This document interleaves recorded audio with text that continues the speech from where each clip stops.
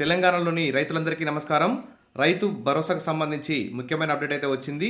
రైతులందరికీ సమన్యాయం జరిగే విధంగా కాంగ్రెస్ ప్రభుత్వం అయితే ఒక మంచి నిర్ణయం తీసుకుందని చెప్పుకోవచ్చు. ఎందుకంటే రైతు భరోసా ఇదివరకు దీన్ని రైతు బంధు అని బీఆర్ఎస్ ప్రభుత్వం అయితే ప్రతి రైతు అకౌంట్లో ఎకరానికి 5,000 చొప్పున ఎన్ని ఎకరాలున్నా 100 ఎకరాలున్నా కానీ మరి ప్రజాధనం వృధా చేశారని చెప్పేసి విమర్శలు అయితే వచ్చాయి. అందుకోసమే రేవంత్ రెడ్డి ఆధ్వర్యంలోని కాంగ్రెస్ ప్రభుత్వం అయితే రైతు భరోసా మార్గదర్శకాలపై రాష్ట్ర ప్రభుత్వం ఒక నిర్ణయానికి వచ్చినట్టు తెలుస్తోంది. గుట్టలు, కొండలు, రియల్ ఎస్టేట్ భూములకు రైతు భరోసా ఇవ్వొద్దని నిర్ణయించినట్టు సమాచారం.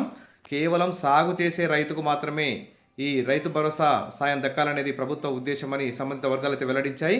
మరి ఇంతకుముందు ఎన్ని ఎకరాల భూమి ఉన్నా ఒక రైతుకు 5 ఎకరాలకు మాత్రమే రైతు భరోసా పరిమితం చేయనున్నట్లు తెలుస్తోంది. అయితే ఇటీవల కాలంలో కేవలం 5 ఎకరాలు ఉన్న వారికి మాత్రమే రైతు భరోసా వేస్తామని చెప్పేసి ఊహాగానాలు వచ్చాయి, రకరకాల రూమర్స్ వచ్చాయి. కానీ ఇప్పుడు ప్రభుత్వం అయితే ఎన్ని ఎకరాలు ఉన్నాయి, ఒక రైతుకి 50 ఎకరాలు ఉన్నా కానీ అతనికి 5 ఎకరాలకే రైతు భరోసా డబ్బులు అయితే అకౌంట్లో పడతాయి. ఇది అందరి రైతులకి సమన్యాయం చేసే విధంగా ఉందని చెప్పుకోవచ్చు. ఇక రుణమాఫీ కూడా ఖర్చు తగ్గించుకోవాలని చూస్తుంది.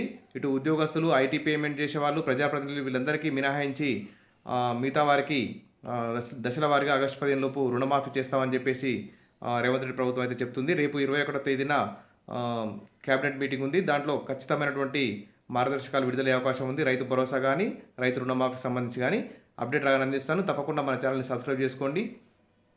Wish you all the best. Thank you.